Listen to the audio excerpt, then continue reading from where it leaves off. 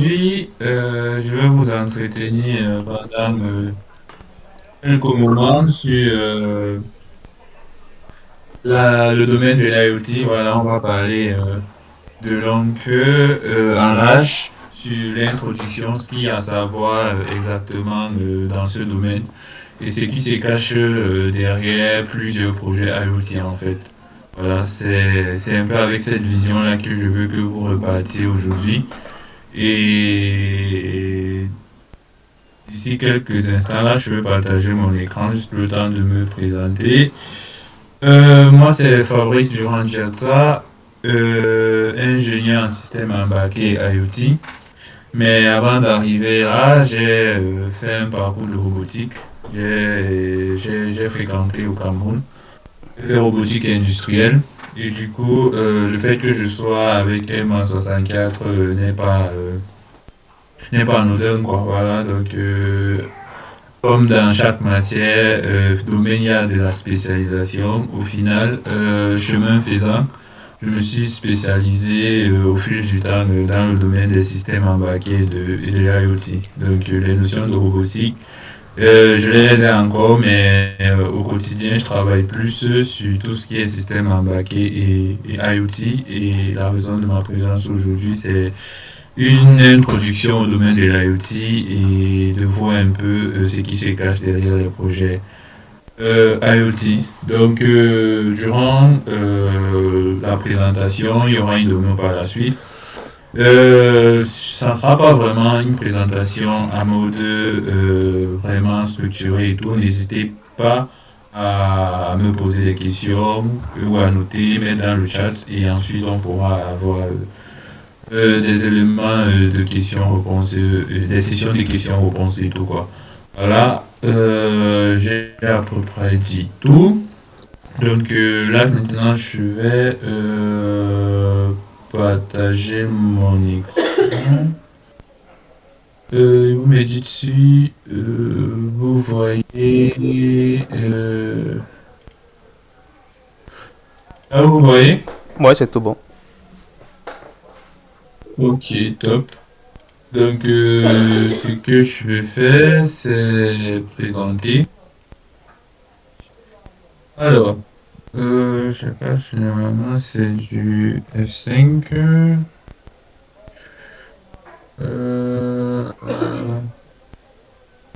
Bon, ok. Bon, Internet of Things. J'ai préparé quelques slides là. Et je pense que voilà, c'est ça que je cherchais. On va regarder ça là. Voilà, là vous voyez bien mon écran. Allô? Ouais, c'est bon. Oui, c'est bon. On voit bien l'écran. Ok, top. Donc, euh, comme je le disais plus tôt, moi c'est Fabrice Durand-Diatta et je suis ingénieur en système embarqué et IoT. Et aujourd'hui, je vais vous faire une présentation sur l'introduction à l'Internet des objets connectés en anglais, Internet of Things, IoT. Voilà, donc pour le plan, nous on va premièrement parler de la définition, c'est quoi l'IoT? On entend parler chaque jour, mais je vais essayer de donner une définition un peu plus complète. Ensuite, en deuxième temps, on va parler des bases, voilà, les notions indispensables lorsqu'on parle de projet IoT. Et voilà. Et puis, généralement, aujourd'hui dans le monde, avec l'évolution de l'IoT, il y a ce qu'on va parler, on va parler des piliers de l'IoT. Voilà. Qu'est-ce qu'on doit retrouver dans un projet complet pour se rassurer au minimum, soit peu que notre solution va tenir dans la durée, par exemple. Qu'est-ce qu'il faut penser en amont de phase, qu'est-ce qu'il faut implémenter, et voilà quoi. À la fin, il y aura une petite démo pour vous montrer ce que pourrait ressembler un projet IoT de bout en bout en fait. Et là, on va parler de chaîne de valeur IoT. Voilà, c'est qu'on retrouve généralement dans les projets IoT. L'IoT, c'est quoi? L'IoT, j'ai juste envie de dire que l'IoT, c'est sommairement, généralement, on le dit, c'est un réseau d'objets connectés qui s'échangent des informations. Voilà. Et pour moi, dans cette définition, on pourra ressortir des mots-clés en fait. Voilà. Il y a d'abord la notion d'objet. C'est quoi un objet? Pour moi, aujourd'hui, avec le monde qui devient de plus en plus numérique, l'objet pourra être n'importe quoi. Tout va maintenant dépendre de comment on vend cette chose-là en fait. Donc un objet, ça peut être une montre, un thermostat installé chez nous, une voiture et bien d'autres. Sachant qu'aujourd'hui, on peut avoir des miroirs connectés, des brosses à dents connectées, des frigos connectés. Comme je dis, aujourd'hui, tout pourra être connecté, mais il faudra juste trouver comment vendre l'idée en fait. Derrière, pourquoi on essaie de connecter tous ces objets en fait pour en faire un réseau? Parce que derrière, ils vont s'échanger des informations. Voilà. Et généralement, quand ces gens se donnent des informations, c'est selon le support de quelque chose. Voilà. Et ici, ça sera Internet. Internet est venu, pardon, mettre en avant cette discipline. Et aujourd'hui, on s'en sert pour faire évoluer le monde. Et derrière, il y aura des interactions parce que il ne suffit pas juste d'échanger des informations, mais il suffit derrière le but ultime, c'est de pouvoir agir, c'est-à-dire prendre des actions en fonction de quelles données j'ai réussi par rapport à un certain nombre de capteurs. Voilà. Et généralement, ça va passer soit par des plateformes ou soit juste pour de la visualisation pour que on ait un retour en temps réel de ce qui se passe dans notre système qu'on étudie. Voilà. Pour moi, s'il faut définir l'IoT, on va pas se dire que c'est un réseau d'objets connectés à Internet. Ce qui est important de savoir, c'est que ils vont s'échanger des informations à des fins très utiles. Donc, on va pouvoir prendre des actions là derrière en fait. C'est tout l'intérêt de connecter ces objets. Si derrière on n'avait pas des actions à faire, on ne devait pas réaliser tout cela. Et gardez en tête que tout objet peut être connecté. Il faut juste bien vendre l'idée en fait. Ça, c'est la chose qu'il faut retenir aujourd'hui lorsqu'on parle de IoT. Voilà. Maintenant, là, j'ai mis ce slide déjà pour dépeindre un peu l'image de IoT. Derrière, il y a Internet of Things connecté des objets. Parce que des fois, on peut penser ça sur un volet microscopique. Voilà, donc sur un très faible scope. Mais pourtant, derrière, l'idée, c'est de vraiment connecter le monde en fait. Et quand on dit connecter le monde, précédemment j'ai dit ceci, on ne connecte pas juste pour connecter, derrière c'est pour s'échanger des informations et prendre des actions. Aujourd'hui on va te parler de ville intelligente, on va te parler de industrie 4.0, mais derrière on va te parler d'industrie aussi intelligente, voilà, donc dans le sens que il y aura une entreprise qui est située en Allemagne et l'autre qui est située en France, mais ils peuvent s'échanger des informations et que les chaînes d'automatisation puissent continuer sans frein. Voilà. Donc c'est ça l'idée. Et généralement, dès qu'on capte la vision mondiale de l'IoT aujourd'hui, c'est pas juste macroscopique qui est lié peut-être à la domotique, aux maisons intelligentes ou bien à des use cases proprement dit dans les entreprises.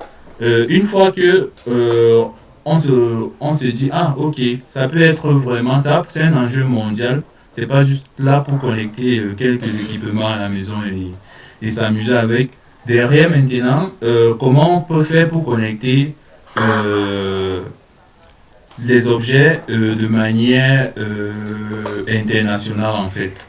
C'est là où généralement on va utiliser le support que pour moi je trouve que aujourd'hui euh, on est en train d'aller dans le bon sens. Comment je vais dire ça?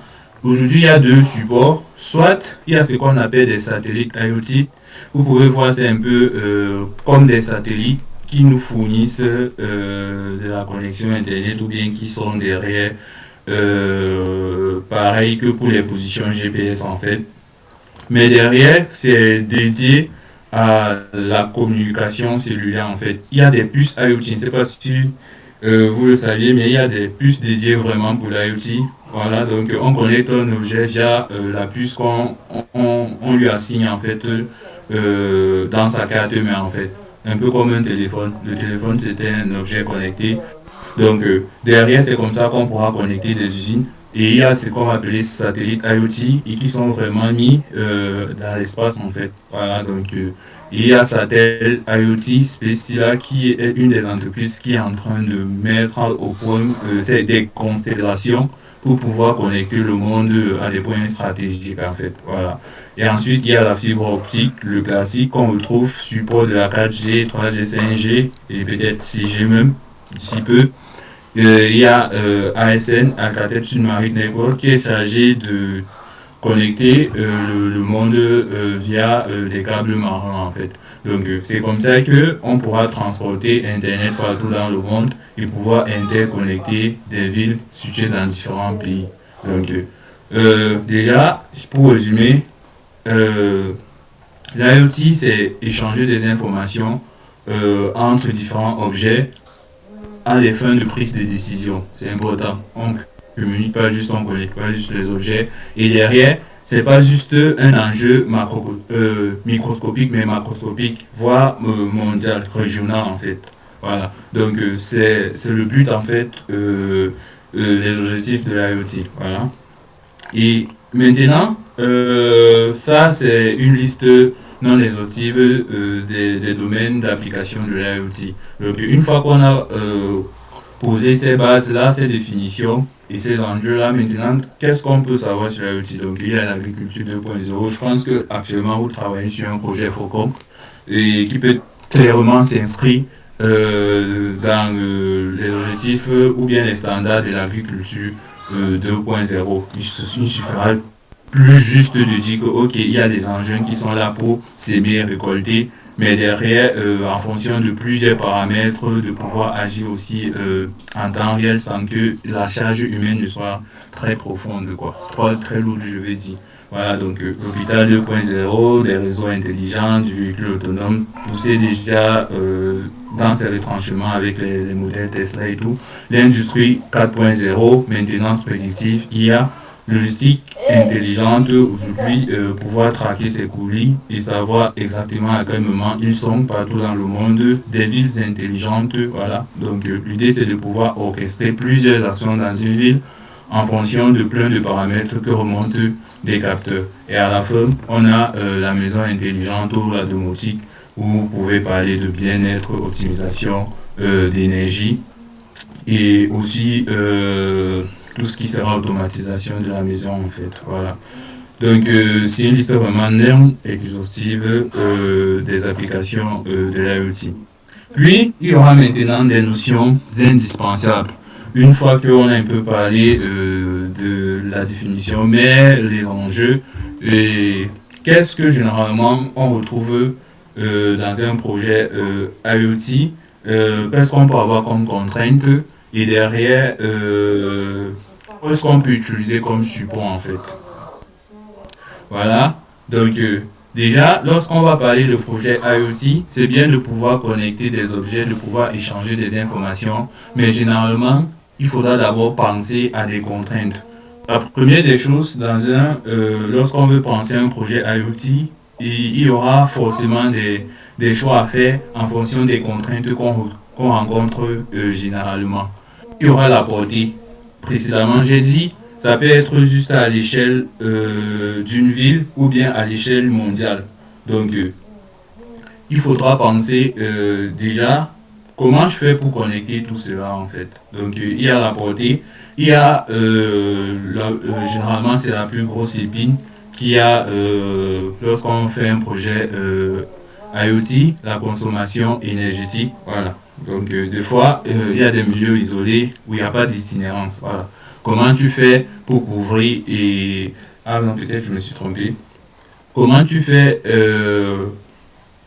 pour pouvoir continuer à alimenter ces appareils-là pour qu'ils puissent envoyer des informations ou faire vivre ton projet. Donc, il y a la consommation énergétique. Ensuite, il y a le débit. Voilà. Donc, en fonction des applications, ça ne sera pas le même débit. Voilà. Donc, la portée peut influencer énormément sur le débit et ainsi sur la consommation énergétique. Donc, généralement, quand il y aura des projets IoT, voilà, la portée, on va directement dire, OK, c'est un projet qui se fait en ville, ça va déjà conditionner beaucoup de choses.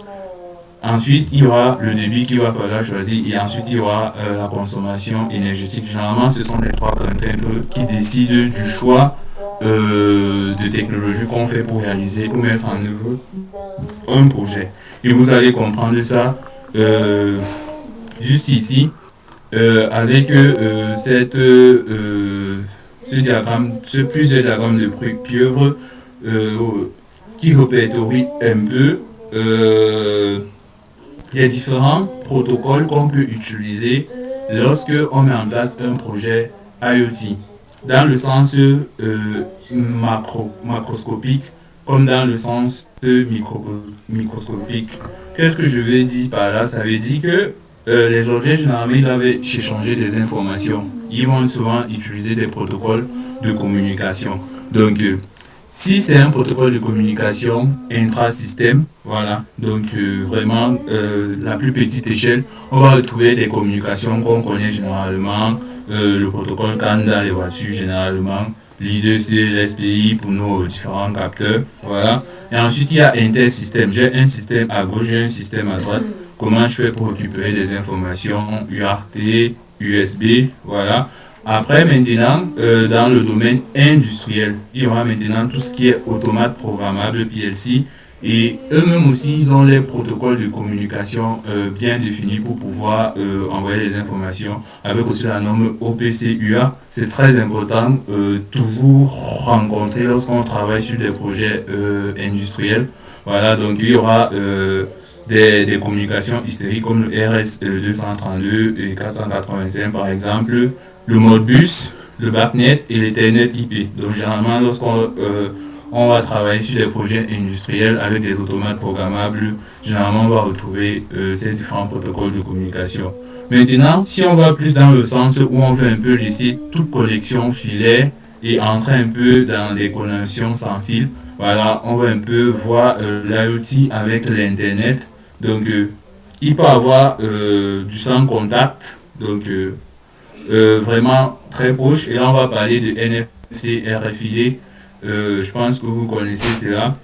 Ici, l'idée, c'est de transférer des informations dans tout ce qui sera cloud. Généralement, il y a des protocoles MQTT le plus utilisé. Il y a trop d'avantages dans le monde de l'IoT. On reviendra dessus prochainement. Les WebSockets, l'AMQP, le CoAP, voilà. Et maintenant, lorsqu'on va maintenant dire que, ok, on ne veut plus vraiment être très proche, ce sont lorsqu'on va dire que, voilà, c'est un projet qui vise une portée très très longue, voilà, là maintenant on pourra parler de tout ce qui est Low Power Wide Area Network, voilà, donc le LTE-M, tout ce qui sera communication cellulaire, il y a LTE-M, il y a NB-IoT, et tout ce qui sera longue portée, on va parler de LoRaWAN et de 640, ça ce sont des concurrents.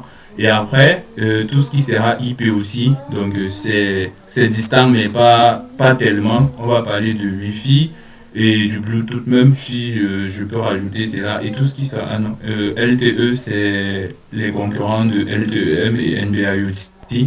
Et à côté, il y aura maintenant des WAN, Personal Area Network. Donc là, on est vraiment sur de longues distances. Et ici, on va rester sur des distances un peu proches, quoi. Voilà. Donc, il y a le Bluetooth, le Zigbee, le Z-Wave. Je pense qu'on connaît plus le Bluetooth et le Zigbee. Donc, ça, c'est un peu une sorte de diagramme de preuve pour vous montrer un peu quelles raisons on peut retrouver en fonction de notre projet. Si on est plus dans l'industriel, si on est plus dans l'intersystème, ils sont vraiment proches à coller. Voilà. Ici, là, il peut avoir, on veut faire communiquer deux Raspberry Pi.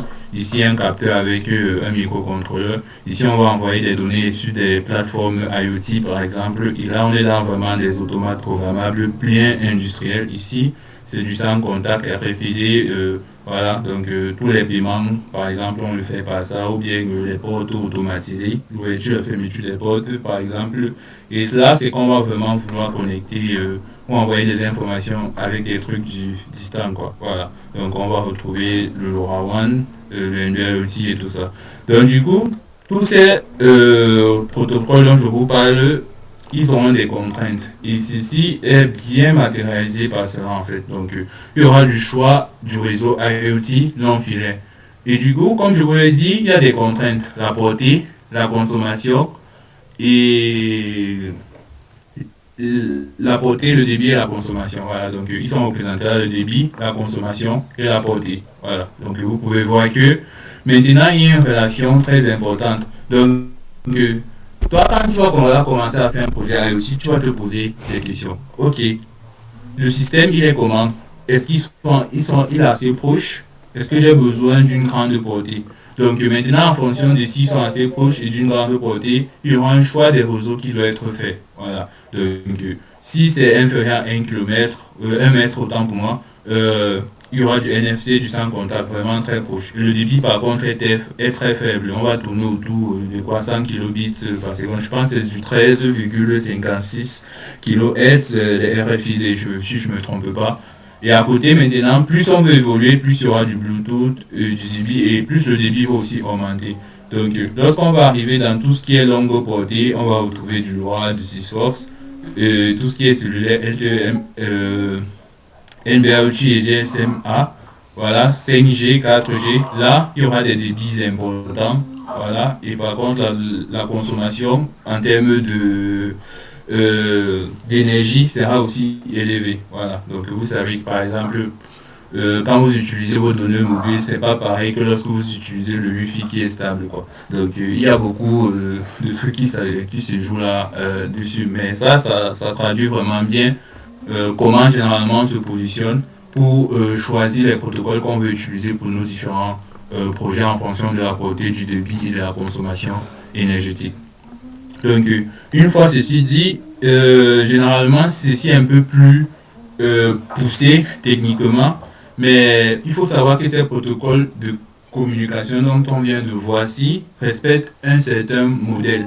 Et généralement, lorsque vous allez entrer dans tout ce qui est IoT et pousser un peu le bouchon plus loin, vous allez comprendre qu'il y a le modèle aussi, que normalement, un projet IoT, le choix du protocole va conditionner cela. Il y en a 7 couches, et ici, j'ai représenté 5 couches parce qu'il y en a 2, la présentation et la session, qui peuvent être regroupées aussi avec des transports. Voilà. Donc, l'idée, en fait, c'est quoi? C'est que, à la base, on a vraiment une communication comme on la connaît, comme on la touche généralement, où on peut analyser les signaux et tout. Voilà. Donc, généralement, il y aura un terminal. Ensuite, plus on va monter, plus il y aura une abstraction. Sachant que dans les objets connectés, j'envoie des données d'un point A à un point B, par exemple. Donc, à la couche physique, qui est la première couche, on aura par exemple des câbles RJ45 et par exemple pour les ports Ethernet. Donc, comment je fais pour reconnaître un objet? Je vais dire, ok, il a son adresse MAC ici, là, dans la couche d'illusion. Donc, il y aura son adresse MAC. Donc, j'envoie l'information. Et maintenant, si je dois, par exemple, sortir du cadre de ma maison, par exemple, ou de l'entreprise, je dois envoyer des informations sur une plateforme IoT. Voilà. Donc, il y a maintenant tout ce qui sera IP, les routeurs qui vont entrer en réseau. Donc, il y aura la troisième couche réseau, en fait. Voilà. Et du coup, je vais quitter de l'adresse MAC pour l'Ethernet et une adresse IP. Donc, je sais que mon adresse, mon objet qui est à la maison, si là, il a cette adresse A, et puis il aura cette adresse IP en fait. Donc, c'est comme ça que de bout en bout, on va pouvoir retracer l'information. D'où l'importance de ces différents, de connaître ce modèle et de le respecter en fait.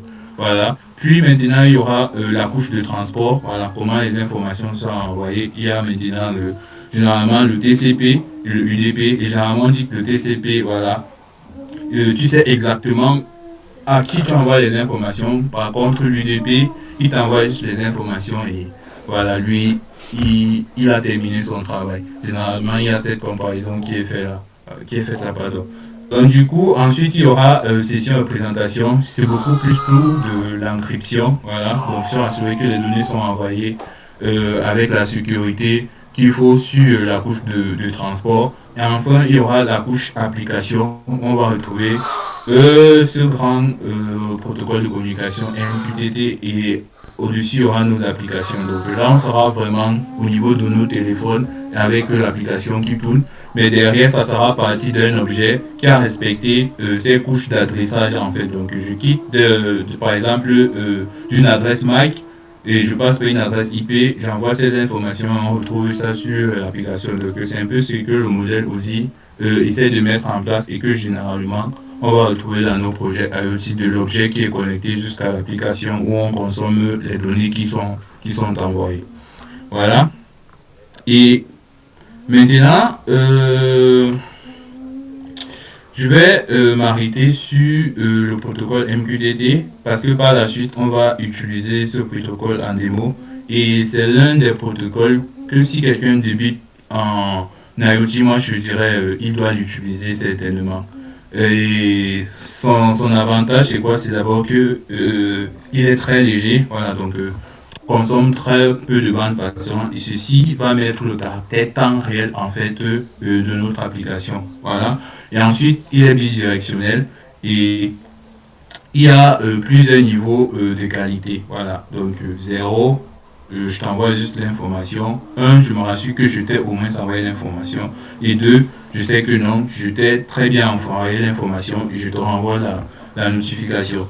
Et c'est très important parce que cette architecture, elle est assez simple, mais elle repose sur plusieurs innovations qu'on a dans le monde. Par exemple, le téléphone, et j'ai envie de dire presque toutes nos applications de messagerie. Par exemple, je vais prendre quoi, WhatsApp. Derrière, c'est un mécanisme pareil que le MQTT. Je vais pas parler des Kafka et tout ça. Derrière, il y a ce broker-là et quand tu envoies un message à quelqu'un, c'est comme si tu as transmis. Quand tu envoies un message à quelqu'un, comme si tu viens un topic, tu envoies un message en fait. Donc, c'est que vous connaissez un peu la notion de broker, topic, surtout topic, publisher, subscriber avec ROS 2. Normalement, ça intègre cette notion de cette communication pub-sip et généralement ce protocole MQTT là. Donc derrière, il faut savoir que sur nos téléphones et nos messageries, ce sont des équivalents qui sont mis derrière quoi. Voilà. Donc lorsque je m'abonne à un groupe, les informations qui sont envoyées, c'est parce que quelqu'un a envoyé les informations, une bonne nouvelle, et toi, comme tu es dans le groupe, tu reçois la nouvelle. Et après toi, tu peux aussi envoyer les autres voilà. Donc du coup, ça c'est un des protocoles les plus utilisés dans le domaine de l'IoT grâce à tous ces avantages-là. Voilà. Et un petit sondage qui a été fait en 2023, on a essayé de savoir quel type de réseau est utilisé le plus et pourquoi. Voilà. Donc, on s'est rendu compte que ça, c'est une statistique qui date de 2023. Voilà. Donc, c'est le réseau 4G qui est le plus utilisé, qui était le plus utilisé. Et pourquoi il a été utilisé? Pour faire des mesures environnementales et de la maintenance prédictive. Voilà. Et la maintenance prédictive, on se rend fait directement un lien au secteur industriel en fait et les mesures environnementales, voilà.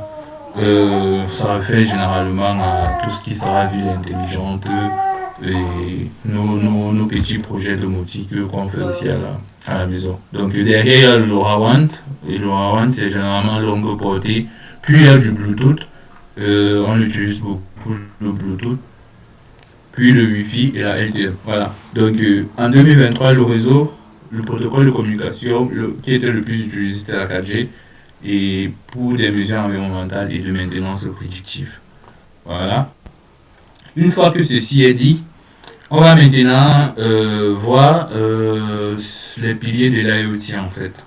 Donc, premièrement, on a donné les définitions, puis on a parlé des notions indispensables à connaître lorsque tu es en train de travailler sur un projet IoT, donc tu dois te poser des bonnes questions. C'est quoi les contraintes? Derrière, tu vas te demander quel réseau, quel protocole je dois choisir, quelles sont les normes que je dois, le formalisme, comment je vais dire, les modèles ou les normes que je dois respecter.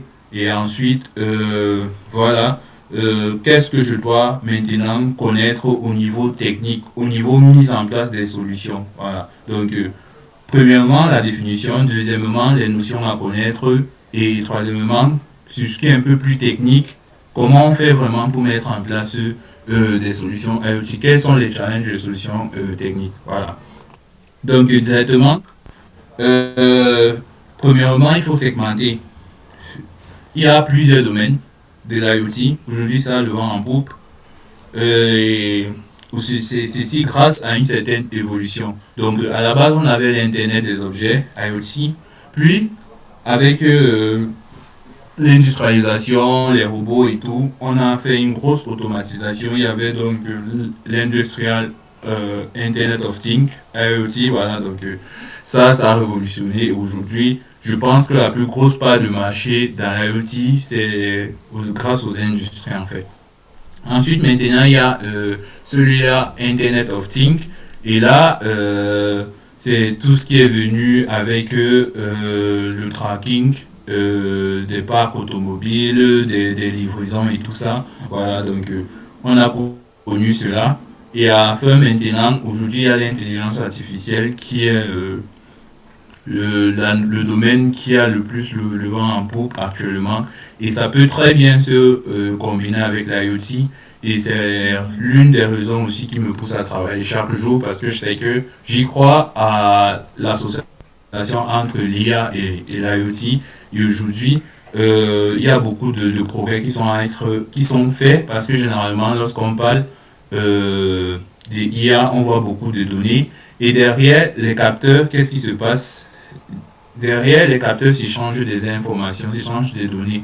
Et vu que des données sont le moteur de base de l'IA, et pour moi, il y a une corrélation assez forte entre intelligence artificielle et IoT parce que tous deux ont une base commune qui sont quoi? Qui sont les données en fait. Donc pour moi, à coup sûr, comment je vais dire ça, dans 5 ans, dans 10 ans, on ne pourra pas dissocier l'IoT de l'IA. Le problème avec l'IA, c'est quoi? C'est encore au niveau matériel en fait. Donc, on sait que généralement, nos microcontrôleurs, au- quand tu as beaucoup de chance, tu peux avoir 1 méga, voire 2 mégas, voire 4 mégas de flash, et ça s'arrête là. Et c'est quand on passe sur des téléphones ou des trucs un peu plus poussés, mais qui ne sont pas bons au marché, on peut retrouver énormément de tailles de mémoire qui peuvent satisfaire aux exigences de l'IA avec des modèles, l'entraînement et tout ça. Mais grâce au progrès scientifique, je pense que il y aura des méthodes et techniques qui seront mises et on pourra déjà en parler juste après de comment on peut faire pour réussir à déjouer la contrainte matérielle qui se trouve généralement dans tout ce qui est projet IoT, vu que à la base de tout ce qui est IoT, il y aura des systèmes embarqués, des capteurs qui envoient des informations via un protocole. Voilà. Donc, une fois ceci dit, généralement, aujourd'hui, de comment les projets sont mis en place, je pense que même dans votre projet Frocom, il y a forcément cette idée-là. Donc, généralement, dans les projets IoT aujourd'hui, on va retrouver ce qu'on va appeler la chaîne de valeur IoT. Donc, c'est vraiment quelque chose de bout en bout où on ne pense plus juste à OK, je récupère la donnée, mais derrière, on va dire il faut que je récupère la donnée, donc je collecte la donnée. Comment je fais maintenant pour faire cette agrégation de données? Voilà.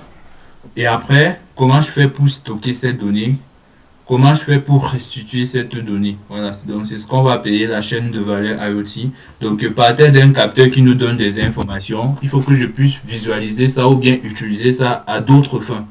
Et là maintenant, il y aura plusieurs étapes. Donc, il y a l'étape où il y a l'objet connecté, voilà, qui est là. Ensuite, via un protocole, il va réussir à envoyer ces informations. Il faudrait que cet objet soit connecté. Dès qu'il se connecte, Il y aura ce qu'on va appeler la gateway ou routeur. Généralement, dans beaucoup de projets, on va retrouver un routeur d'ordre microscopique, style Raspberry Pi, ou bien des routeurs vraiment grandeur nature qu'on retrouve dans des grosses usines et tout. Puis, ce routeur va permettre d'acheminement des informations dans un serveur ou bien dans une base de données. Et de cette base de données, il y aura généralement une plateforme IoT qui va venir se nourrir de ces données pour pouvoir faire du machine learning ou pouvoir juste faire de la visualisation. Et après, derrière, il y aura un utilisateur qui va consommer ces informations-là à des fins, c'est pas lui donner des alertes ou juste se rassurer que le système fonctionne bien. Et derrière, il y aura maintenant ce qu'on va aussi appeler les applications tierces. Voilà, donc ça peut être, tu as besoin de la météo de la ville qui se connecte aussi à ton application. Et voilà, tu as toutes les informations par des capteurs que tu as installés dans ta maison ou bien dans ton entreprise. Tu combines plein de données pour pouvoir prendre des décisions. Voilà. Donc, la chaîne de valeur IoT, c'est quoi? C'est je collecte des données, je les stocke, je les analyse, je les restitue. Généralement, les projets IoT, ils ont cette base-là. Donc, maintenant, on va parler du challenge. Je dis ici, on entre plus dans tout ce qui est technique. Avant, on voulait avoir des notions un peu plus globales pour savoir un peu comment on fait, quelle psychologie il faut avoir lorsqu'on parle de IoT. Ici, c'est plus des notions techniques maintenant. Donc, imaginez-moi maintenant, j'ai envie de réaliser un projet IoT. Je dis, ah mince, j'ai pas, mon projet il est d'envergure, mais j'ai pas assez d'argent pour pouvoir m'acheter ou louer une base de données en fait. Je peux pas m'installer une base. Imaginons, j'ai un projet là et je souhaite collecter, un projet à réaliser là dans ma maison et je souhaite collecter des données, énormément de données, une fréquence élevée. J'ai vraiment besoin que quasi toutes les minutes que je stocke des informations parce que j'aurai besoin de les analyser pour comprendre ce qui se passe. Mais malheureusement, tu n'as pas, je vais dire quoi, un téra de disque dur, un téra de disque dur, ça ne suffit pas. Voilà, donc comment tu fais? Donc c'est un peu là où les plateformes IoT avec un certain nombre de vendeurs particuliers, de gros vendeurs, vont venir et résoudre un problème qu'on rencontre. Donc moi, je peux développer l'application, j'ai mes capteurs, mais derrière, je ne peux pas les stocker parce que j'ai pas assez d'espace. Donc il y a maintenant ce qu'on va appeler dans le monde de l'IoT des plateformes IoT qui vont pouvoir te proposer un certain nombre de services. Et du coup, tout ce qui est en bleu ici, là, ça sera ce que toi, tu dois faire.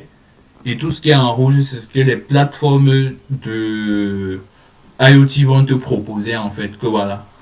Ok, donc du coup, il y a vraiment le on-site. Le on-site, ça veut dire que c'est toi qui gères tout à la maison. Tu as ton serveur, ton stockage, le réseau, c'est toi qui l'installe. Voilà. La virtualisation de tes applications, de ton espace de travail. L'OS, c'est toi qui installe. Voilà. Les données, l'application, c'est toi qui réalise. Si tu le peux, tant mieux. Tu le fais. Et ça passe comme notre démo, ça sera vraiment du on-site, par exemple. Une première partie, tout en local en fait. On-site, ça veut dire vraiment tout est en local. Mais par contre, tu te rends compte que tu es limité. Tu ne peux pas forcément avoir la connexion Internet tout le temps. Tu ne peux pas avoir un espace de stockage conséquent. Et tout ce qui est, voilà, installer, configurer le serveur, voilà, créer des images, voilà. Ça, tu connais vraiment pas. Et du coup, c'est que une plateforme IoT va te proposer ici. C'est ce qu'on va appeler IaaS, ça veut dire infrastructure as a service. Donc, moi, la plateforme IoT, je vais te proposer mes infrastructures pour que tu puisses réaliser ton projet.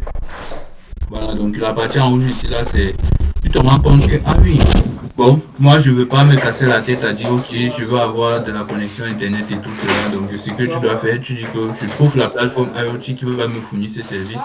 Et moi, je me concentre au développement de mes applications, en fait. Ensuite, il y aura d'autres qui vont encore pousser le bouchon très loin. Ils vont dire, ok, toi, tu te rends compte que non, toi tu veux juste vraiment être concentré à réaliser ton application et à collecter les données. Voilà, donc en entrée, il y aura les données et en sortie, il y aura ton application que l'utilisateur utilise déjà. Donc là, la plateforme IoT va faire tout le reste. Le réseau, le stockage, la configuration des serveurs, création des images, l'installation des OS, gérer tout ce qui sera les firmware que tu veux utiliser, c'est pas, tu veux installer, c'est pas FreeRTOS et tout, voilà, eux ils s'en occupent et tout ça, voilà, donc ça va tourner tout le temps. Et puis derrière toi, tu te concentres juste à comment tu vas designer ton application. Et c'est là on va parler de PaaS, ça veut dire Platform as a Service. Donc ici, je te donnais juste les serveurs et toi tu faisais le reste. Ici, moi je vais te donner le réseau, les serveurs, je vais te configurer et toi tu vas juste venir avec la donnée, tu vas donner en entrée, en sortie, il y aura l'application. Et après, il y a ce qu'on va appeler SaaS et c'est Software as a Service. Donc il y aura des plateformes qui vont te dire que pour ton use case, typiquement, toi, tu n'auras rien à faire. Moi, tu me dis juste comment j'installe mon logiciel et tout est bon. Voilà. Donc, il y aura des solutions comme ça que tu pourras trouver. Et là, ça sera ton bonheur, si je peux dire ça comme ça aura bien évidemment un coût. Mais derrière, si tu trouves ça, c'est top quoi. Un exemple de ça, s'il y en a énormément, hein, par exemple, Gmail. C'est un SaaS. Tout ce que tu as fait, c'est tu me donnes ton adresse et après je peux envoyer les informations partout dans le monde, les mails partout dans le monde. À côté maintenant, généralement ce que nous on utilise en IoT, il va y avoir ce qu'on appelle la plateforme as a service parce que les données peuvent varier, les applications peuvent varier et derrière nous on ne veut pas se donner trop de mal. C'est là où on va retrouver des exemples des cloud providers comme AWS, Azure et Google Cloud Platform. Voilà, généralement, eux, ils sont les mastodontes dans tout ce qui est plateforme IoT. Il y en a d'autres, mais voilà. Ici, il y a les avantages et les inconvénients de quand tu choisis un SaaS, par exemple, une solution qui convient totalement à tes besoins. Voilà, donc, c'est juste que tu ne pourras pas forcément les modéliser, les personnaliser à ta guise. Par exemple, ceux qui ont déjà utilisé Node-RED, ils ont souvent eu cette envie de faire quelque chose, mais c'était compliqué pour eux de faire comme ils le voulaient.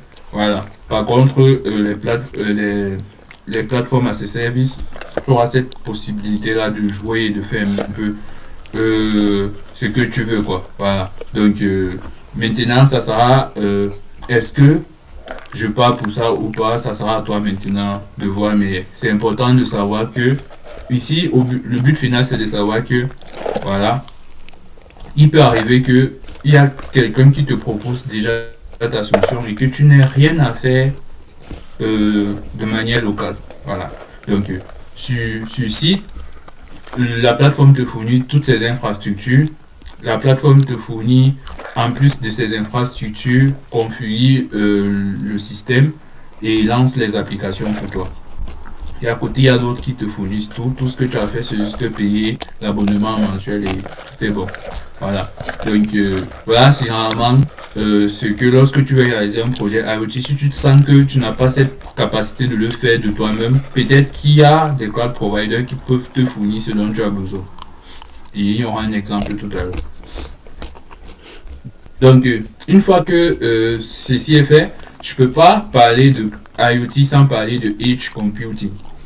Peut-être vous en avez déjà entendu parler. Et le Edge Computing, derrière la psychologie du Edge Computing, vient un peu faciliter l'intégration, pour que vous puissiez bien comprendre, de l'IA dans ce monde où les capacités sont restreintes. Voilà.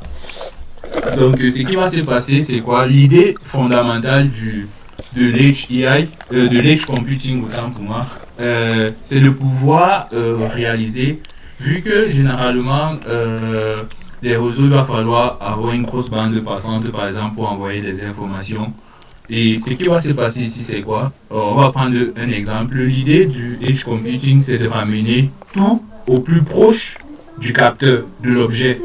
Voilà, que le maximum de traitement se fasse côté capteur en fait. Et je ne sais pas, bon, je vais un peu essayer, j'espère que ça va marcher. Par exemple, dans le projet Faucon, imaginez par exemple, voilà, vous devez prendre des images des plantes pour les analyser. Et derrière, ce qui va se passer, c'est quoi? C'est que une solution, c'est de dire, OK, je filme avec le drone, je filme l'image et j'envoie dans le cloud, puis le traitement est fait. Une image, ça peut peser énormément. Donc, du coup, le drone filme l'image, il envoie, il y a le traitement, machine learning qui est fait et tout. Et puis, le résultat du traitement est renvoyé à l'utilisateur. Il dit, ah ouais, cette plante, ça va, elle n'est pas malade. Donc, ça, c'est ce qu'il y a avant. Donc, tu as le drone là, il est connecté, il envoie les informations, puis le traitement se fait. Mais derrière, il y a les données brutes, puis il y a des actions qui sont entreprises. Et du coup, il se peut que ton système ne soit pas assez temps réel, en fait. Donc, du coup, la donnée est renvoyée là. Et à côté, maintenant, il y a le concept de edge computing. Voilà. Et derrière, qu'est-ce qui va se passer? C'est que même, il y aura des appareils spécifiques qui seront mis côté. Tu vois, là, les objets connectés sont maintenant avec ces appareils spécifiques-là. Donc, ce qui va se passer, c'est quoi? C'est que les données brutes sont envoyées à ces appareils spécifiques-là. Le traitement est fait, puis les données traitées sont juste envoyées pour être stockées et la visualisation est aussi faite directement chez l'utilisateur. Donc, ça, c'est le concept de edge computing et c'est ça que je dis, c'est ça qui va aussi faciliter l'intégration de l'IA dans ce monde qui a beaucoup de contraintes.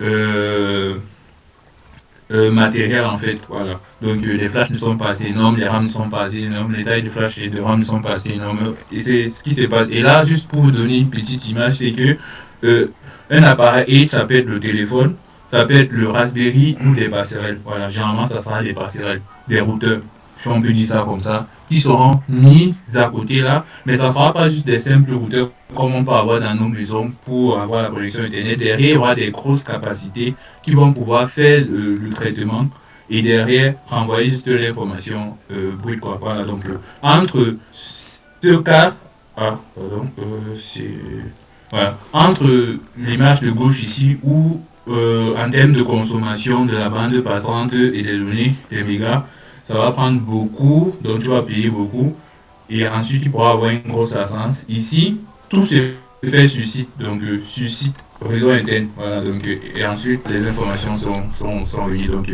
il existe beaucoup de projets IoT où on implémente ça pour gagner non seulement en rapidité d'exécution, donc le système soit en réel, mais aussi en termes de coût en fait. Voilà. Donc c'est important. Ensuite, il y a ce qu'on va appeler fog computing, mais c'est vraiment un atelier d'introduction et passer toutes les informations là, ça sera trop long. Donc généralement, on va retrouver des plateformes qui peuvent fournir ces solutions-là. Il y aura AWS, IoT, Azure IoT, et donc on fait du cloud to device et du device to cloud, mais ce avec une bonne rapidité et des coûts moindres. Voilà. Donc c'était important que je parle de ça parce que c'est quelque chose qui est très appliqué dans le monde de l'IoT. Maintenant, euh, juste un petit résumé de ce qu'il faut savoir pour cette notion introductive. Voilà, donc lorsqu'on va parler de projet IoT, il va toujours falloir penser, voilà, comment je fais pour connecter les objets, comment je fais pour envoyer ces informations, pour collecter ces données de sens, de telle sorte que la plateforme peut recevoir les informations, mais que je puisse aussi en retour envoyer les informations à la plateforme, au capteur, pour qu'il puisse faire des actions basées sur les décisions qu'il a renvoyées bien avant. Voilà. Il faut pouvoir stocker ces informations de manière à ce que dans le temps, je puisse savoir ce qui s'est passé. Voilà. Et après, mise à disposition de ces données, non seulement pour l'utilisateur, mais pour d'autres systèmes. Comme j'ai dit, le but de l'IoT au final, c'est de pouvoir interconnecter les objets partout dans le monde, mais pas juste dans une circonférence géographique bien définie, quoi. Voilà, c'est ça le but. Donc, une fois ceci dit, il y a la démo. Je pense que la démo, je vais la faire en deux phases en fait. Il y aura une phase purement locale et il y aura une phase semi global, si je peux dire ça comme ça, là, semi-public, si je peux dire ça comme ça. Et derrière, qu'est-ce qu'on va voir? Ce que je veux faire, c'est mettre une solution, la mise en place d'une solution locale de bout en bout en utilisant le protocole MQTT pour vous montrer à quel point ça peut être très efficace. Voilà. Donc, ce qui va se passer, c'est que là, actuellement, j'ai un ESP32. Il est connecté à Internet. Donc, c'est que lui, il est connecté. Comment il est connecté? Grâce à mon réseau de la maison. Voilà. Donc, il va certainement utiliser la 4G ou la 5G. Voilà. Donc, lui, il est connecté. Et derrière, il y a une lampe qui est connectée, qui fonctionne sur 12 volts, donc d'où l'importance de mettre un relais pour pouvoir assurer le basculement. Voilà, donc je te donne la commande, puis le contact s'est fait, et là, je peux alimenter ma lampe. Derrière, il y aura maintenant un broker, et le broker, j'ai créé deux topics. Un topic où je vais pouvoir envoyer les informations de mon capteur de température de pression. Et je pense qu'il y en a deux autres là, d'humidité et de résistance de l'air. Et ensuite, il y aura un autre topic où, qui va simplement écouter les commandes qui lui sont envoyées et allumer ou éteindre la lampe en fait. Donc ça, ce que j'ai mis. Et ensuite, il y aura un dashboard pour visualiser ces données en temps réel. Et à côté, il y aura une base de données, ici MongoDB, où on va stocker ces informations. Et du coup, j'ai fait une petite précision,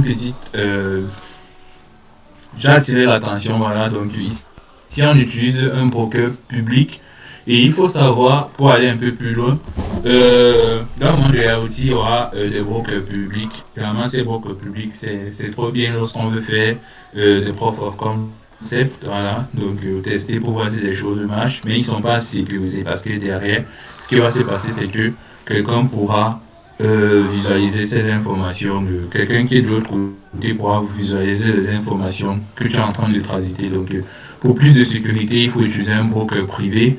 Et les plateformes cloud dont je vous ai parlé, AWS, Azure ou Google fournissent, ça ce sont des, comment je vais dire, il y a d'autres qui fournissent, voilà, donc les autres qui fournissent des brokers, c'est Hive, MQ, Mosquito, et MQX, donc ils proposent des brokers publics pour laisser la communauté tester leurs produits, mais derrière, une entreprise, un laboratoire peut venir et dire que non, j'ai besoin d'un broker privé pour faire mes projets, et derrière, eux, ils vont leur proposer cela, quoi.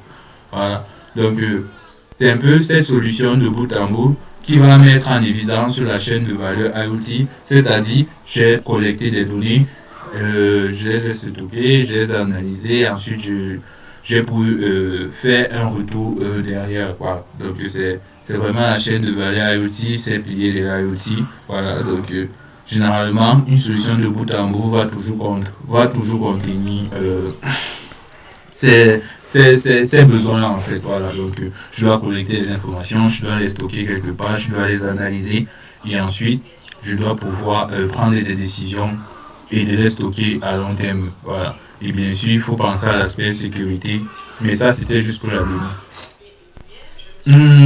Je pense qu'une fois ceci dit, on va pouvoir switcher pour vous montrer euh, comment ça marche. Donc, ce que je vais faire, je sais que ah bon, il va falloir que je partage euh, d'autres plans d'écran. Mais avant de se lancer même dans la démo, je sais pas, y a-t-il des questions?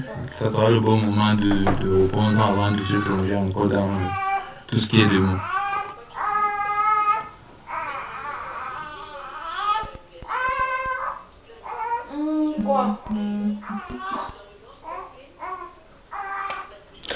Bon, j'aurais peut-être une petite question. En tout cas, c'était super intéressant. Franchement, j'ai surtout sur la partie des MQTT.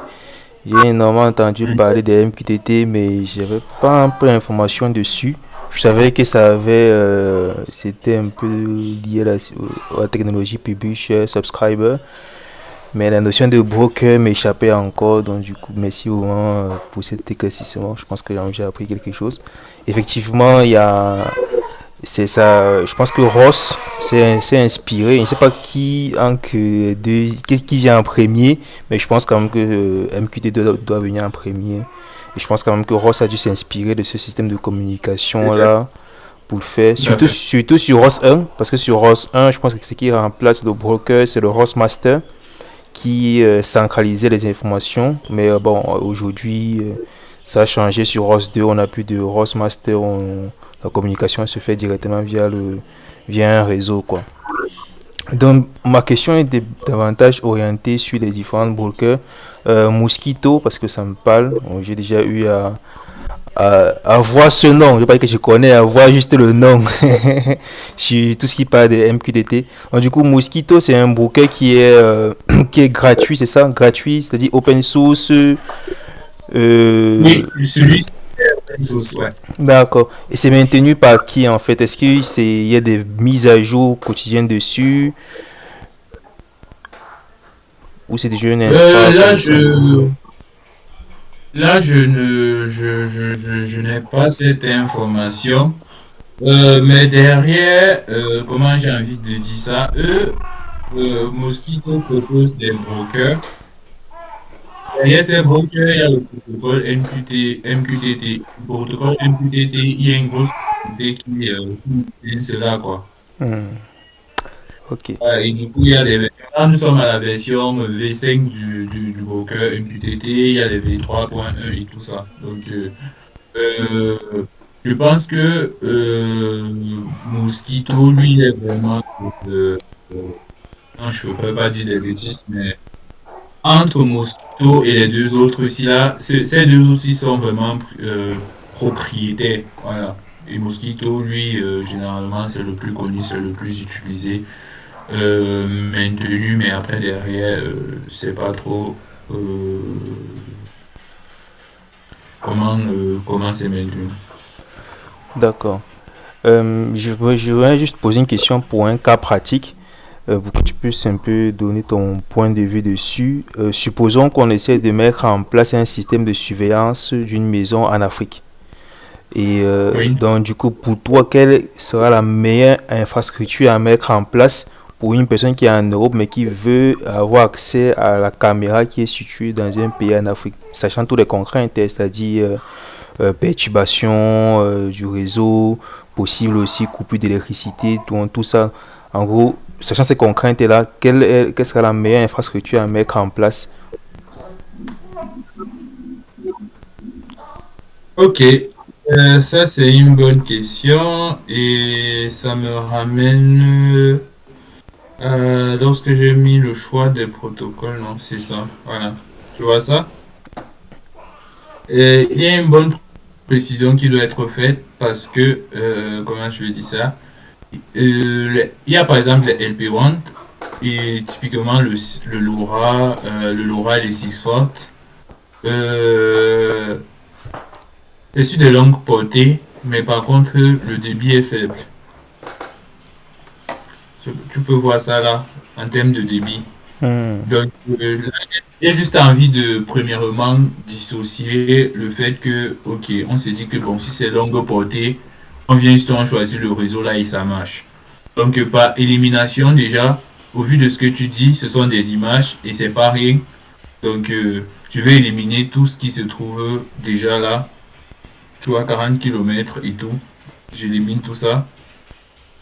Ça va pas marcher. Donc, on va partir vers des solutions déjà avec un débit bien élevé. Et ensuite, on va penser à la portée. Donc, plus il y aura un gros débit, je dirais, voilà, plus on va s'intéresser à ça. Donc, la 5G, par exemple, ça sera typiquement quelque chose qu'on peut dire, ok, on l'utilise. Et aujourd'hui, il y a des caméras IP. Ça, c'est le point d'entrée. Et là maintenant, tout ce qui va se passer, c'est que il doit avoir des redirections.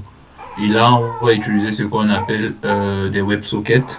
Et ce sont ces WebSockets-là qui vont permettre maintenant que, voilà, toi, ton adresse qui est en Afrique, il y aura ce qu'on va appeler le port forwarding. Et le port forward, c'est une histoire de réseau en fait. Donc, La technologie à utiliser, ça sera certainement de l'IP. Donc derrière, il y aura tout ce qui sera, je sais pas, 4G, 5G. Et ça sera au pays en fait. Donc ça, c'est sûr.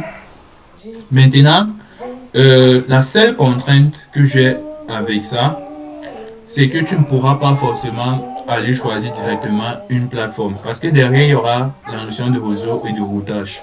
Maintenant, qu'est-ce qui va se passer?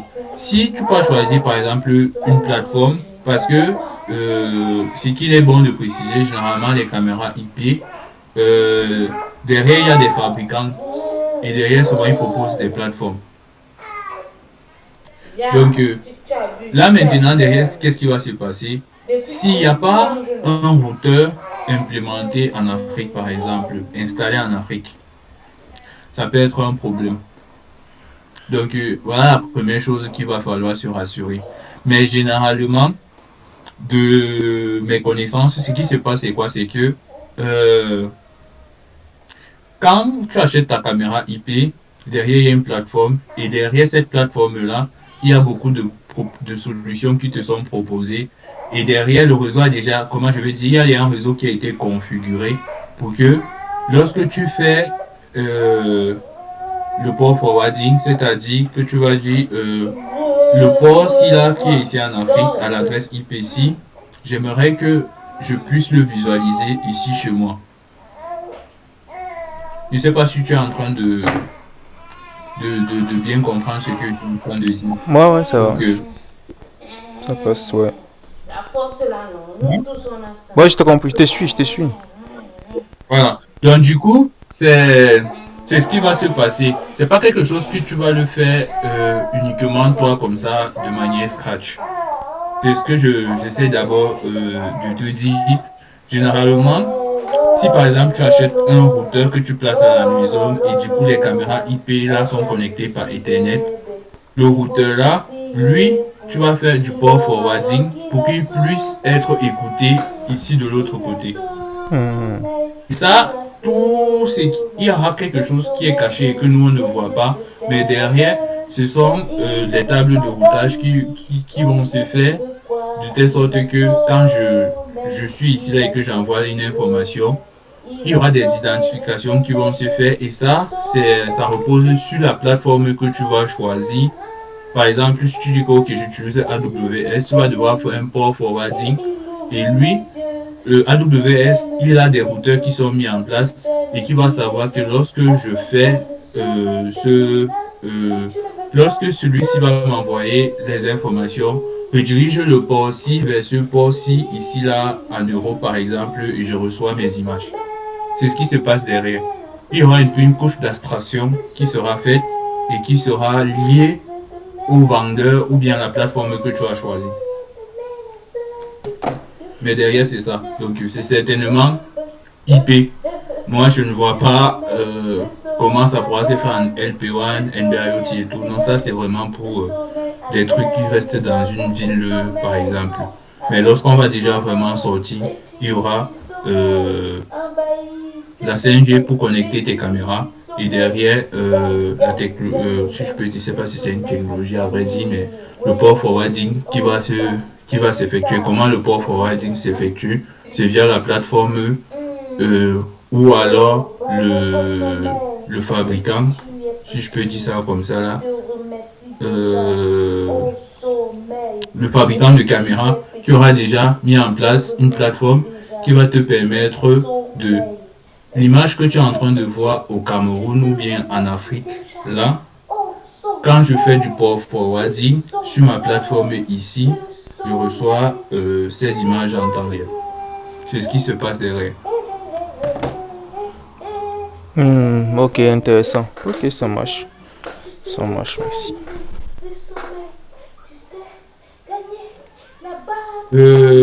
Ok, bon. Ok. C'est qui veut faire? Bonsoir à tout le monde. Déjà, merci à Monsieur Durand pour sa présentation. J'aimerais avoir un peu plus de précision sur les cas d'usage des protocoles. Par exemple, j'ai déjà entendu parler de LoRaWAN, le cas de communication par drone. On est drones militaires pour envoyer les images et tout. Maintenant, je me demande si avec l'Internet des choses, on a par exemple la 5G qui permet de communiquer par Internet avec le plus grand débit et on peut utiliser des antennes relais, des WebSockets et tout ça. Pourquoi est-ce qu'on n'utilise pas toujours la 5G, la 4G ou bien des protocoles qui ont plus de débit à chaque fois? D'où ma question de savoir à quel moment utiliser tel ou tel protocole de communication. Merci. Hmm. Ok, ça c'est une bonne question. Attends, je sais pas si je peux retrouver ça. Faut aller plus loin. J'espère que comme ça, comme ça. Non, c'était pas là. J'espère que je vais trouver ça. Voilà, il y a ça par exemple. Ok, là tu vois l'image.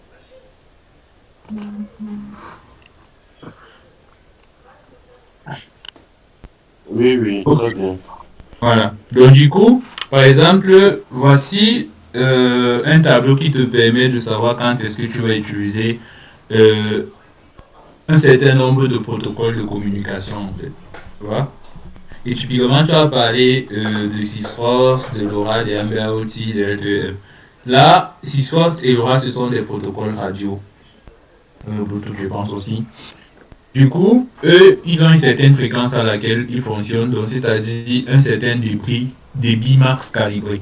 Donc, typiquement, je peux pas envoyer une image du drone en utilisant du LoRa et du Sysforce parce que le débit max, c'est quoi? C'est du 100 bits par seconde, 22 kilobits par seconde. Tu vois, ça marche pas. Donc, quand on essaie un peu d'aller plus loin en utilisant des technologies qui s'inspirent du LTE, de la 4G, je peux dire ça comme ça, voilà, on a des débits de 1 mégabit par seconde et tout. Tu vois que, en fonction du débit et de la complexité du protocole de communication, ça nous conditionne déjà sur ce que nous on veut faire en fait. Donc, si au final, on finit toujours par aller sur la 5G, la 6G, tu vois, ces trucs qui nous offrent plus de débit, c'est par la limitation de ces protocoles de communication là. Donc, il faut connaître ça. Donc, ils ont une certaine fréquence à laquelle ça fonctionne déjà. Le Bluetooth, c'est 2,9 GHz si je ne me trompe pas. Voilà, donc encore des ondes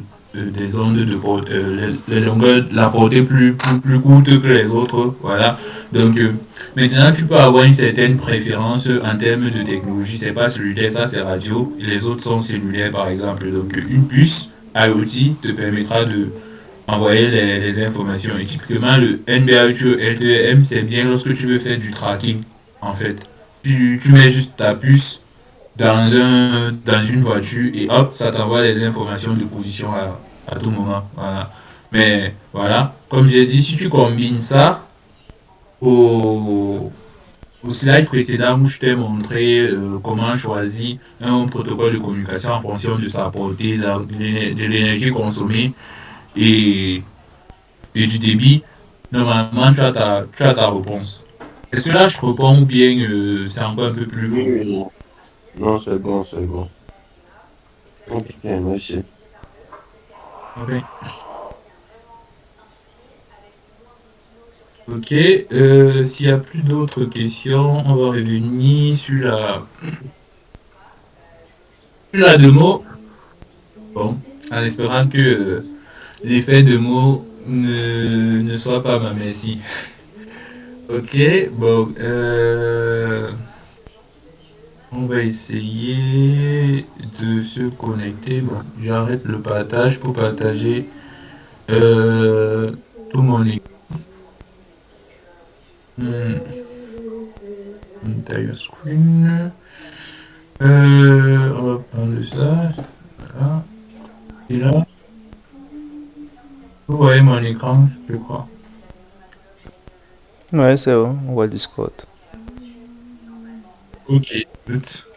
Donc là, c'est la présentation. Et là, premièrement, donc comme je l'ai dit, ici, ça c'est le programme qui sera dans l'ESP32. Et je me rassure que mon device est bien connecté à mon réseau avant de OK lui. OK.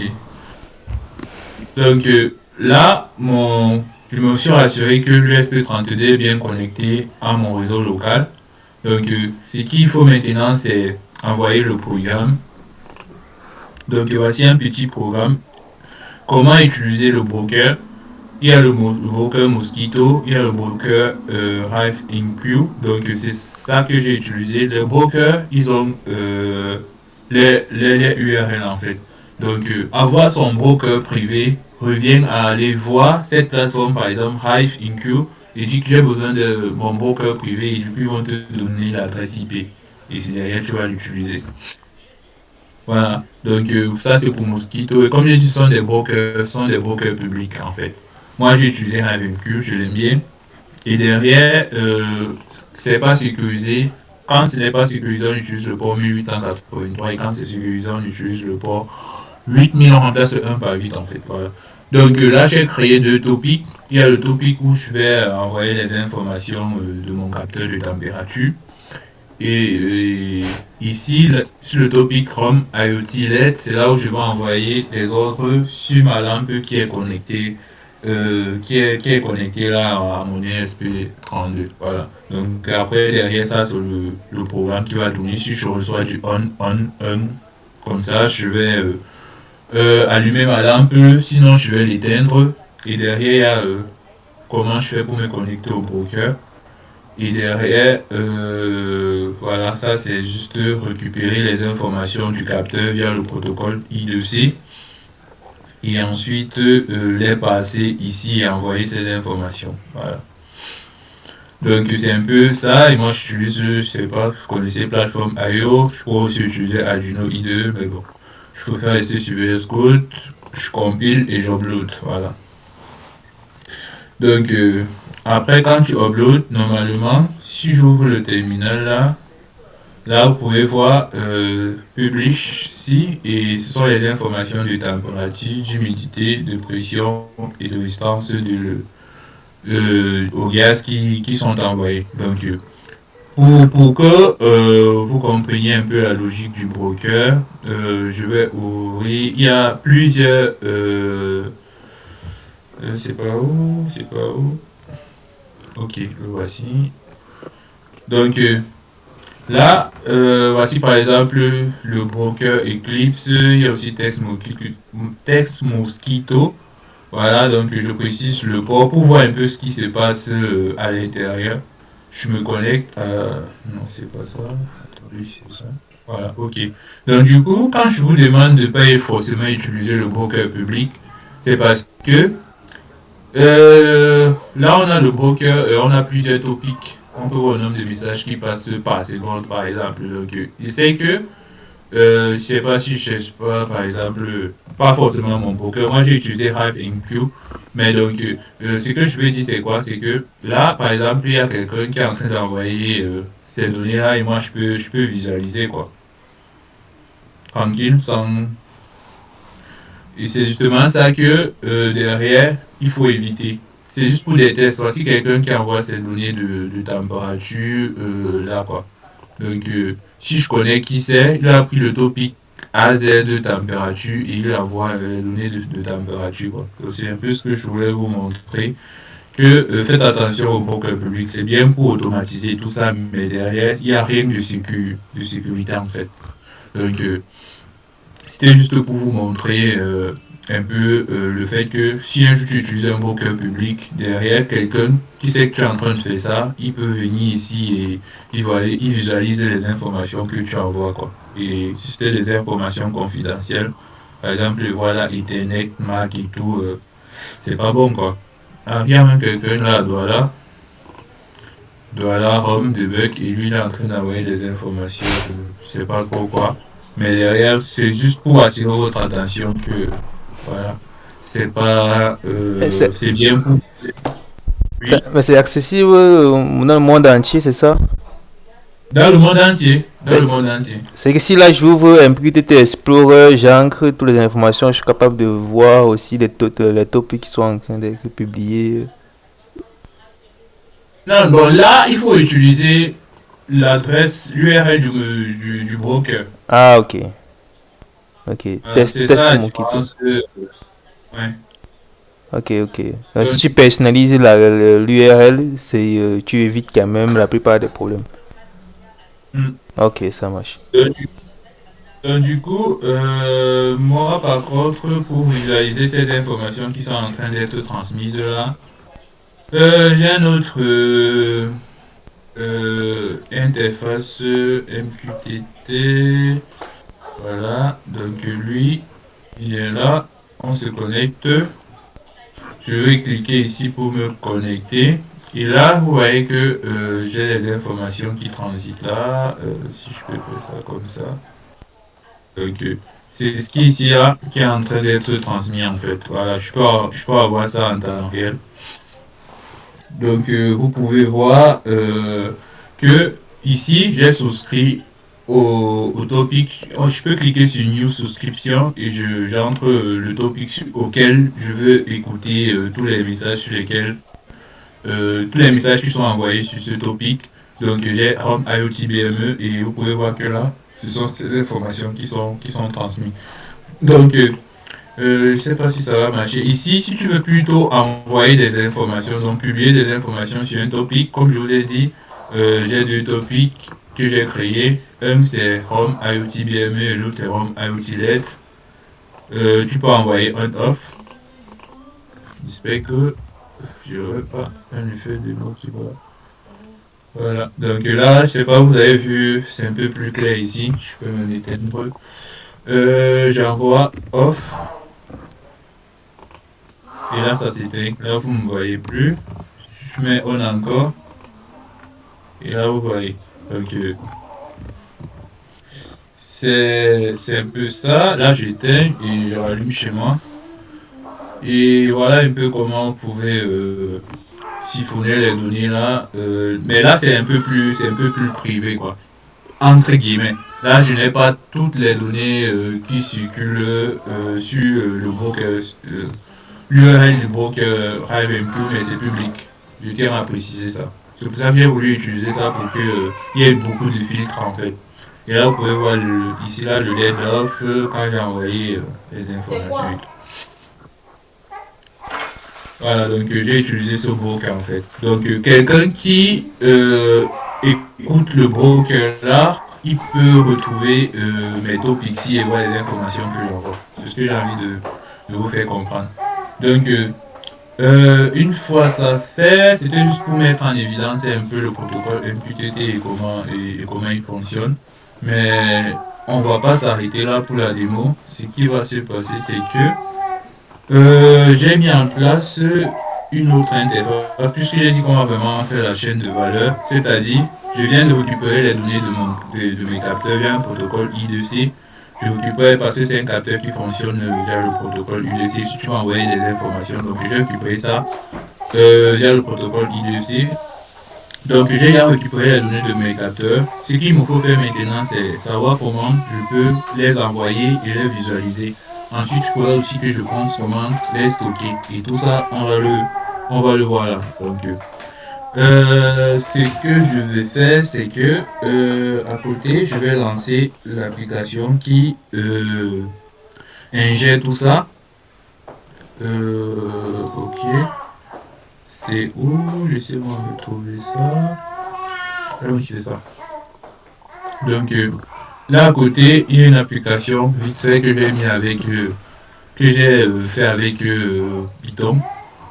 Voilà, donc derrière cette application, il y aura aussi nos deux topics comme j'ai précisé au début là. Et derrière, plutôt que d'utiliser des commandes, envoyer des commandes on-off avec le client MQTT, ce qu'on va faire, c'est vraiment envoyer une interface pour pouvoir commander tout ça. Donc, ce que moi je vais faire, c'est lancer l'application, je pense que c'est ça. Et quand je lance l'application, vous ne le voyez pas là, mais ça s'ouvre. Voilà. Donc, vous pouvez voir en temps réel là, voilà les données de température et de pression qui sont en train de s'afficher là, en fait. Voilà. Et on va encore faire le même exercice. Si j'allume, vous pouvez voir là, ça s'est allumé. Si j'éteins, vous pouvez voir là, ça s'est éteint. Donc là, je n'ai plus mon client MQTT que j'utilisais et je n'envoie plus les commandes. Je suis pas encore allumé là. Et là, je n'envoie plus les commandes on, off. Exactement. Je clique juste sur le bouton et ça allume et ça l'éteint. Et en temps réel, j'ai les informations de température et de pression qui s'affichent. Donc là, ce code-là est 84 lignes, mais en utilisant Streamlit, je ne sais pas si vous connaissez. Derrière, j'ai pu mettre en place ça, j'envoie on-off et ça le fait. Et ici, là, voici juste mes informations de température et de pression que je récupère. Et comment je récupère ça? Là, tout ce que je fais, c'est que je viens juste encore souscrire à ce topic et je récupère les informations. C'est ce que j'ai fait. Donc, lorsqu'il y a des messages, j'écoute le payload et je récupère mes informations de température, de pression, d'humidité et de pression. Donc, temperature, humidity, pressure, gas, c'est c'est en toute adéquation avec ce que vous voyez là, quoi. Donc, ce sont les mêmes keywords en fait. Ce sont les mêmes propriétés. Clé valeur, clé valeur. Donc, c'est ça que je fais et que je viens récupérer. Voilà. C'est juste ça derrière. Et derrière, vous l'aurez peut-être vu, il y a une interface aussi dashboard. Dashboard, qu'est-ce que ça fait? Ça me donne l'historique des températures. Donc, je vois que j'ai les températures qui tournent autour de 20, 21, 22 là. Et j'ai l'humidité. Et là, j'ai l'historique en fait de mes températures qui sont stockées là. Voilà. Maintenant, comment je fais pour avoir cet historique? Donc, ça dit que j'ai stocké dans une base de données et je peux les afficher à- en fon- avec le temps qui évolue, quoi. Donc, on va se connecter à la base de données pour voir ce qui se passe. Donc, ce que je vais faire, c'est que j'ai installé MongoDB, qui est une base de données, qui est un gestionnaire de base de données non relationnelles, NoSQL, en différence avec SQL. Ah oui, j'ai oublié. Je rallume. Euh, mon joli dashboard là. Euh, je reviens là et je vais éteindre. Voilà, je l'éteins et je continue. On va donc se connecter à la base de données. Il y a MongoDB, qui est une base de données non relationnelle. Euh, il y a l'interface qui va s'ouvrir là. OK. Donc, comme ça s'ouvre là, je peux me connecter à ma base de données. Donc, j'ai créé une base de données workshop. Je me connecte à la base de données. Et dans la base de données, il y aura maintenant plusieurs tables. Voilà. Et dans les tables, il y aura des collections. Voilà. Donc, c'est ça donc que je peux voir là.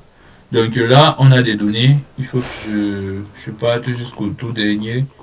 Bon, je dis on parle jusqu'à ça. Voilà.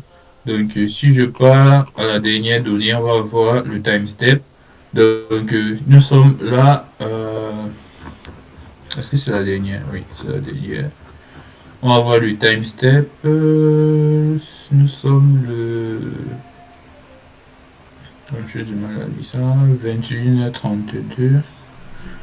Je pense que ça a une heure de décalage. Voilà. Nous sommes bien le 15 janvier. Il est 21h32 si je mets à jour. Voilà, on peut voir que les données vont continuer à se charger dans ma base de données en fait. Voilà. Là, on a 33, donc la dernière donnée reçue. Donc, on a bien notre humidité, température, le gaz. Et ça, c'est quelque chose que vous le faites localement. Vous voyez que localement, j'ai pu automatiser euh, une petite lampe dans ma maison et tout. Et je peux avoir les informations que je visualise. Donc, derrière, analyse schéma, voilà. Donc, on peut avoir ces informations, savoir la température max, l'humidité max. Voilà. Donc, on peut faire tout ça ici, quoi. Voilà. Donc, c'est ce que je voulais vous montrer. Comment vous pouvez faire ça localement. C'est chaîne de valeur IoT, je collecte les données, je les stocke, je les analyse, je les visualise et tout ceci localement, quoi. Voilà, je peux allumer, je peux éteindre. Et voilà un peu ce que vous êtes capable de faire vraiment from scratch tout seul. Donc si on veut regarder le slide précédent, on a vraiment tout fait on site. Donc on a vraiment tout fait localement sans avoir à dire que bon, il me faut voir une plateforme IoT où je dois faire ça, je dois faire ci. Voilà. Et c'est comme ça quoi. Donc et pour terminer ma démo, je vais arrêter d'abord ça. Bon. Je pense que je peux me déconnecter. Non, c'est pas ici. C'est où? Non, ça va. C'est pas là. Bon, on va laisser ça d'abord comme ça. Ok. Et la dernière étape pour ma démo, non, c'est pas ça. Elle sera un peu plus interactive. Donc, j'ai besoin d'un volontaire. Mais avant, il y a d'abord un truc que j'ai envie d'arrêter, c'est ça. On arrête de faire tourner l'interface. Du coup, j'espère que ça va marcher, hein. Sinon, l'effet démo aussi, ça ne sera pas cool. Ok, si je reviens dans Discord, est-ce qu'il y a un volontaire autre que Klein pour tester?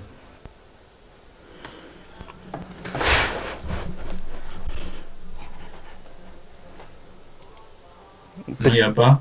Peut-être qu'il faut détailler comment faire pour tester, quoi. Ah non, je vais juste envoyer un lien et la personne doit s'amuser. Ah, ok, ok. Ok, c'est plus là. Je vais tester. Ok, bon, faut pas avoir peur. Euh, Normalement, le chat c'est là, non? Oui, c'est ça, c'est bon. Ok, du coup, j'envoie ce lien. Euh, je sais pas qui s'est porté volontaire, c'est ah ok, Grippy. Ok, vas-y, donc suis le lien et tu me dis ce que tu vois. D'accord. Un instant.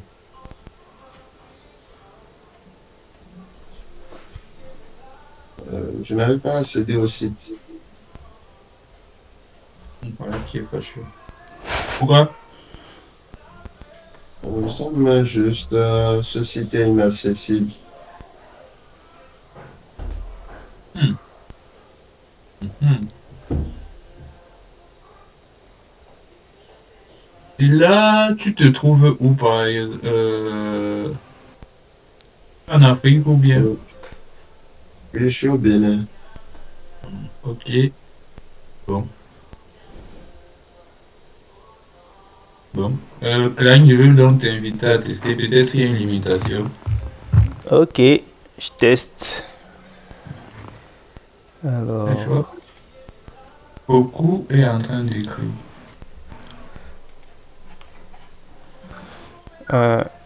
unable to connect de mon côté. Moi aussi, j'ai essayé, mais ça ne marche pas. Apparemment, on ne peut pas accéder au site. Ah, Ouais, ok. pareil de mon côté, unable to connect. Ah, il fait des mots, il fait des mots. Ok, ok, ok. Attendez, je résous ça. Je résous ça, je résous ça, je résous ça. On va se déconnecter. Euh, c'est ça que je n'avais pas mis d'abord. Allez, dégage. Ok, ah oui, c'est vrai. Le site a planté. Ça a planté. Ah oui, bon, fais gaffe. Bon, je tiens à remercier le monsieur Giron. Moi, je vais vous laisser. Donc, ensuite à vous. Ok, ça marche, merci. Merci beaucoup pour la présentation. C'était clair, j'ai beaucoup appris quand même. Merci beaucoup. C'est Super. cool, c'est cool. À plus, merci. Euh,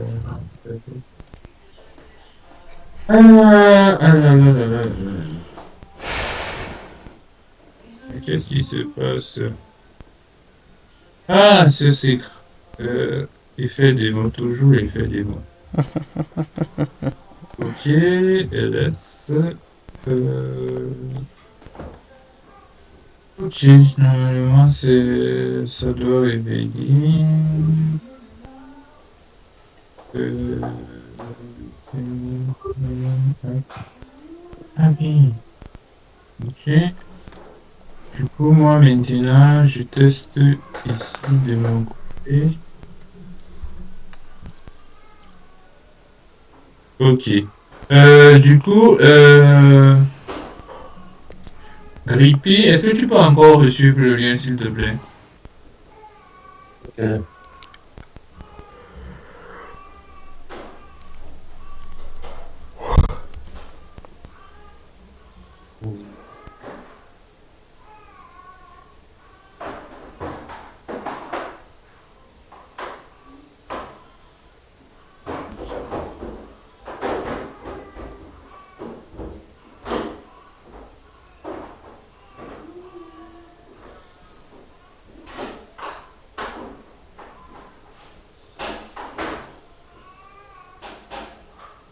Ça charge, cette fois-ci, ça m'exprime vite. Mais la page n'a pas encore totalement chargé. Je ne sais pas si c'est la connexion à mon niveau. Ouais, je pense. En tout cas, ça n'affiche plus. Ok, bon. Klein, je vais Ouais, alors t'inviter à suivre si c'est compliqué. c'est le même lien, ouais, je vais actualiser ma page. Ouais. Ouais. J'ai une page de connexion. Ouais, pareil de C'est mon pas- côté. Hmm. Ok, bon. Je pense que je vais commencer avec Grippy. Du coup, mets user 1, comme j'ai mis dans le chat là, pour le login. Et le mot de passe, tu mets secret. Ok. Quand tu te connectes à la page, tu me dis. D'accord.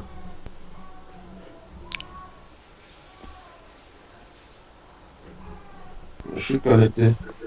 Ok, et qu'est-ce que tu visualises? Euh, Live, BME, à la Voilà, donc, température, tu vois la même interface que j'ai présentée tout à l'heure, quoi. Pardon? Tu vois la même interface que j'ai présentée tout à l'heure. Oui, oui. Voilà. Donc du coup, on est quitté de l'aspect local, on est déjà online, et toi tu es au Bénin, tu vois ce que moi je vois là. Ok. Donc du coup, je vais t'inviter à cliquer sur les on-off pour jouer un peu. D'ailleurs, Ah, il était animé chez toi, quoi. hola, hola! Tu peux cliquer off. Ah, ça c'est Après, bien moi, ça. même, je ne fais rien, tu peux cliquer sur off. Bah, c'est déjà été, non, c'est sur on qui doit cliquer où je. Off. Ah, On-off, on-off. Tu joues avec, hein. Ok. ah C'est c'est. bien. Donc, pareil, pour Klein, pour te connecter et faire pareil, quoi. Hmm. Ok. Bah, de mon côté, c'est user, même authentification ou. Ah, je pense que tu peux entrer le même mot de passe. User 1 toujours et secret, Secret, c'est ouais. ça. Ok. J'ai l'impression qu'il n'y a pas. Je n'arrive pas à allumer. Ah, de mon côté, j'arrive même pas à me connecter. Il y a des soucis de connexion.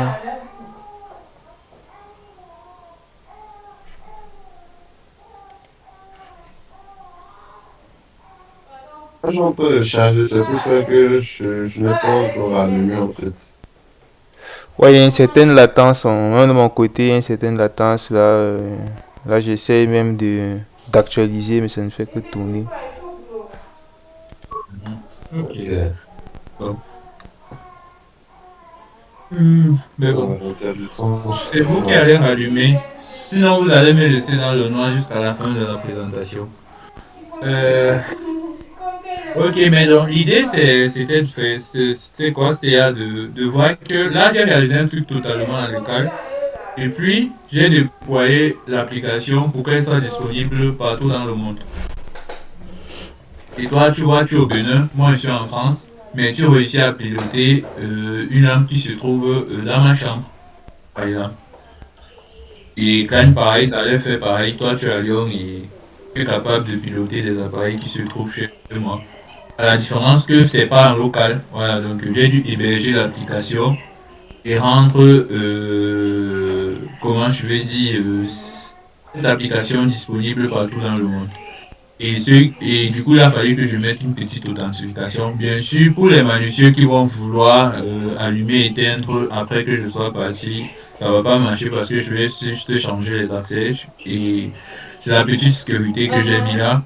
Et tout a été bon, quoi. Qui, Maman José, non? Ok. Maman José, Ouma. Mais bon, j'aimerais bien retrouver la lumière, s'il vous plaît.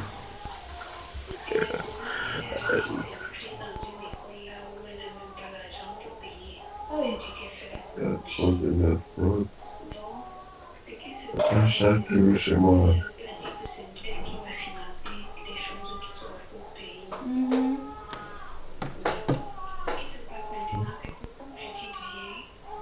Je crois que je devrais le faire au cas d'abord. Ah, peut-être même chez moi, ça ne tourne pas. Ah oui. Ah oui, oui, oui, oui. Ok, ok, ok. Ah, je vais d'abord arrêter. Ah oui, je pense qu'il y a un souci. Ah non. Ah non. Il y a un peu de ça comme ça. Ok. Ah. Bon. Et à tout à l'heure. Euh, il n'est pas trop content là. Ah oui, non, c'est bon, j'ai vu le souci. Il y a un souci ici là de mon côté. Ouais. Ok. Je reconnecte pour vous montrer. Je peux vous montrer la manip. Donc du coup, j'ai hébergé le site sur AWS. Et derrière AWS, comme je te disais, Franklin, derrière il y a la plateforme. Et la plateforme, tu seras capable de mapper ton adresse IP et ton port du Cameroun ou bien de l'Afrique vers ici en France. Et derrière, là, eux derrière, ils ont des routeurs placés un peu à des points stratégiques du monde qui va faire tout le chemin, quoi. D'accord, d'accord, d'accord. Ok, donc, Non. Tu seras dans la voiture. Non, parce que moi, il n'y a pas de souci.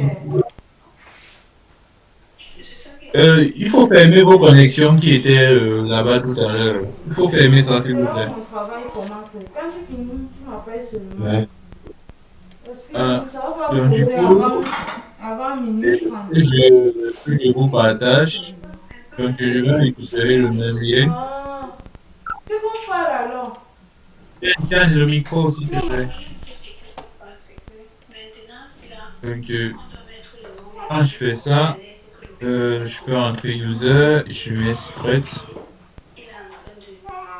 Attends, voilà, donc là, je peux recommencer à voir mon dashboard. Je peux enfin me redonner la lumière. Voilà. Et je peux éteindre. Putain, voilà. Donc, c'est un peu ça. C'est un peu ça. Donc, là, c'était vraiment la petite démo que j'avais pensé pour pouvoir montrer les différents use cases, quoi. Voilà, tu peux vraiment concevoir quelque chose étant totalement local. Tu le fais juste pour toi, ça marche. Mais derrière, tu peux te dire que, ok, même avec les petits moyens que tu as, par exemple, là, je n'ai que pris un ESP32 avec un capteur de température et une petite lampe 12 volts que j'ai mis chez moi.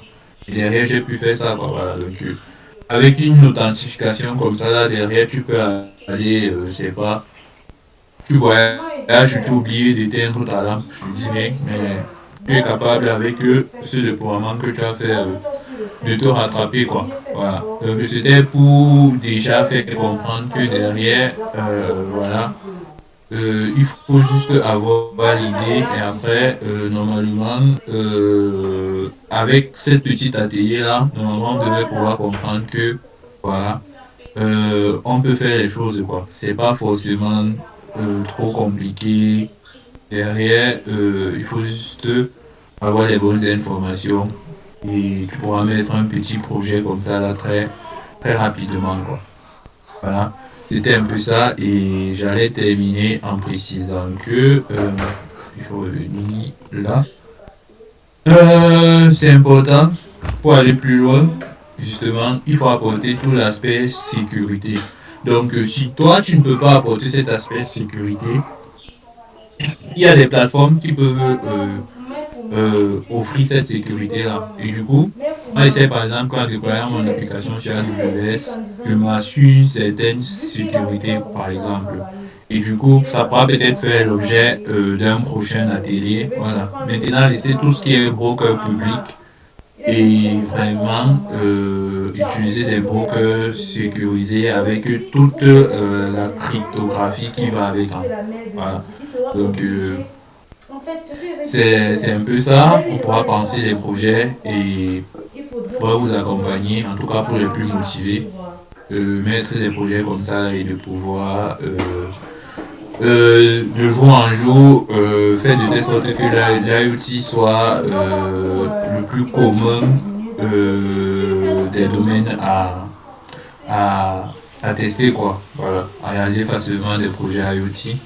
Ça pourra faire l'objet des prochains ateliers ou bien des prochaines séances quoi. Voilà, ça sera vraiment en fonction de si les gens sont motivés ou pas quoi. Mais derrière c'était un peu tout ce que j'avais prévu pour cette introduction au monde de l'IoT et ce qu'on est capable d'en faire quoi. C'est ça, ça devrait même. Ça Voilà. devrait